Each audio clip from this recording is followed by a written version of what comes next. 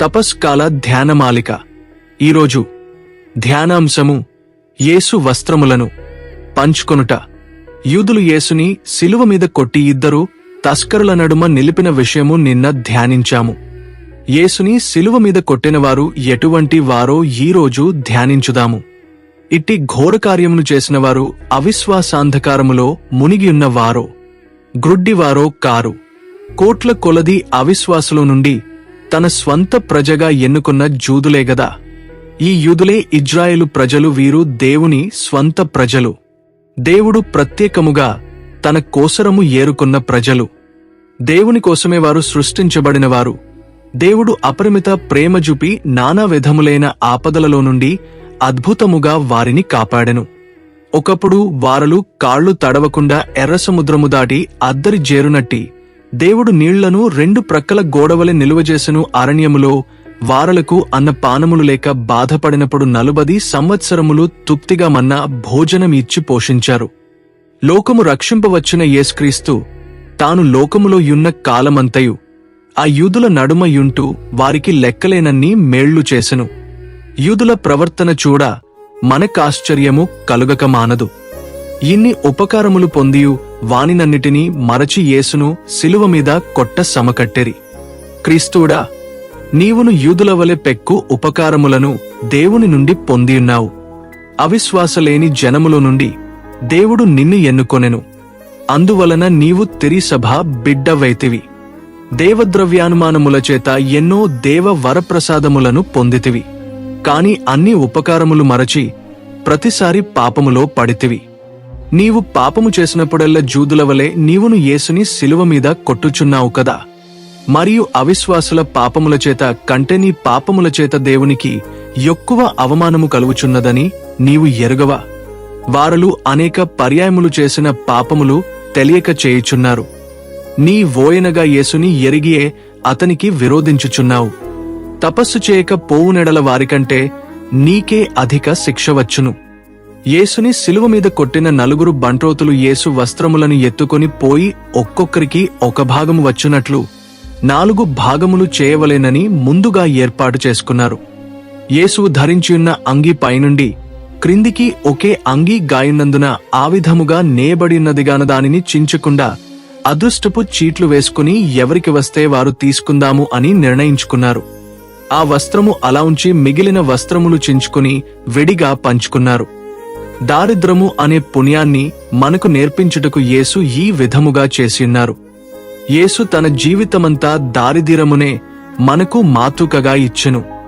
యేసు జన్మించినదే ఒక పశువులపాక. అదే ఆయనకు పురిటిల్లు అయ్యెను. ఊరూరు తిరిగినప్పుడు అతడు తన శిష్యులతో, నక్కలకు బోరియలును పక్షులకు గూళ్ళు కలవు, కాని తలవాల్పుటకేనను అనుష్యకుమారునికి తావులేదు. ముతిబొందినప్పుడు కూడా ఆయన వస్త్రముల కటులు లాగుకుని పంచుకున్నారు. ఒకప్పుడు నీవు కూడా మరణింతు.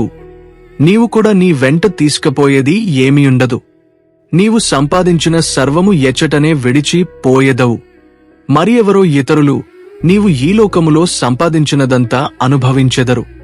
అటువంటప్పుడు నీకు ఈ ఆర్భాటమెందుకు? లోక వస్తువులకే సర్వము ఒడ్డి చాకిరీ చేస్తావు కాని స్థిరమైన ఆత్మ కొరకు ఏమైనా చేస్తున్నావా? లేదు. విస్తారముగా సంపాదించి ఉపయోగమేమి?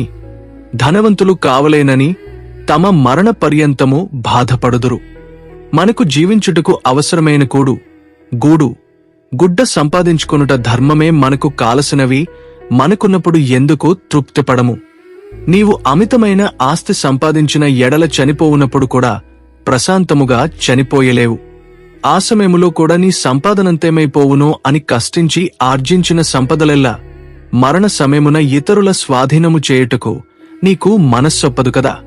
ఈలోక సంపద మీద నీకు ఎంత తక్కువ మక్కువ చూసెదవో పరలోక సంపద మీద నీకు ఆశ ఎక్కువగును.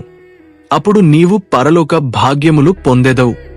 ఒక నేరస్తుని చంపిన కారణము విలాసము మీద వ్రాసి దానిని శిలువకు అంటగొట్టు ఆచారము. జూదుల మీద కోపముచే పిలాతు వారల ఎడ అసహించెను. పిలాతు యేసుకు మరణశిక్ష వేయుటకు ఇచ్చగించుకుండినను యూదులు ఆయనను బలవంతము చేసిరి. అందులకు యూదుల గర్వభంగము చేయవలేననే తలంపుతో శిలువ మీద కొట్టబడిన యేసు యూదులకు రాజని వ్రాయించిన ఎడల జూదులు సిగ్గుచేత తలవంచుకొనెదరని ఊహతో జూదుల రాజైన నజరెత్తూరి యేసు అనే శిలాశాసనము వ్రాయించి శిలువకు అంటగొట్టించెను. పరిజేయులు ఆ విలాసము చదివి పిలాతు తమను అవమానించుటకు ఇలా వ్రాయించాడనిరి. అది చూచి కొందరు పిలాతు యొద్దకు పోయి యేసు యూదుల రాజు అను విలాసము మార్చి తానియుదుల రాజు అని చెప్పుకొనెనని వ్రాయించమనిరి. అప్పుడు పిలాతు ధైర్యముగా అందుకు తిరస్కరించెను. నేను వ్రాసినదేమో వ్రాసితిని అని ఆ విలాసము మార్చేది లేదు పొమ్మనెను. యేసు అందరికీ మా రాజుగా యున్నాడని నీవు అంగీకరించుచున్నావు కదా. ఎవడైనా నీచుడు నిన్ను యేసు సేవ నుండి పిశాచి సేవకు నిన్ను లాగ ప్రయత్నించిన ఎడల నీవు ఒప్పుకొనకుము. అట్టి శోధన నీకు వచ్చినట్లయితే నీవు ప్రామాణికముగా నిలచి నీ రాజైన యేసుకు ద్రోహము చేయుటకిచ్చగించుకొనవద్దు. పిలాతుడు అందు ఫరిజేయులను పొండని చెప్పియున్నాడు కదా. నీవు కూడా నీలోని సైతానుని దూరముగా పొమ్మని జేసుని ధ్యానించుము. యేసుని నీవు నిరంతరము రాజుగా భావించుము. నిరంతరము నీవు యేసుకే సేవ చేయుము. ప్రార్థన. పరలోక జపము. పరలోకమందుండెడు మా యొక్క తండ్రి, మీ నామము పూజింపబడునుగాక, మీ రాజ్యము వచ్చునుగాక, మీ చిత్తము పరలోకమందు నెరవేరునట్లు భూలోకమందును నెరవేరునుగాక. నానాటికి కావలసిన మా ఆహారం మాకు నేటికి అనుగ్రహించండి. మా యొద్ద అప్పుబడిన వారిని మేము మన్నించినట్లు మా అప్పులను మీరు మన్నించండి. మమ్ము శోధనయందు ప్రవేశిపంనివ్వక కీడులో నుండి మమ్ము రక్షించండి. ఆమెన్. పవిత్రుడు సర్వశక్తివంతుడు నిత్యుడువు అయిన దేవా, మా మీదను సర్వమానవాళి మీదను మీ కరుణను కుమ్మరించండి.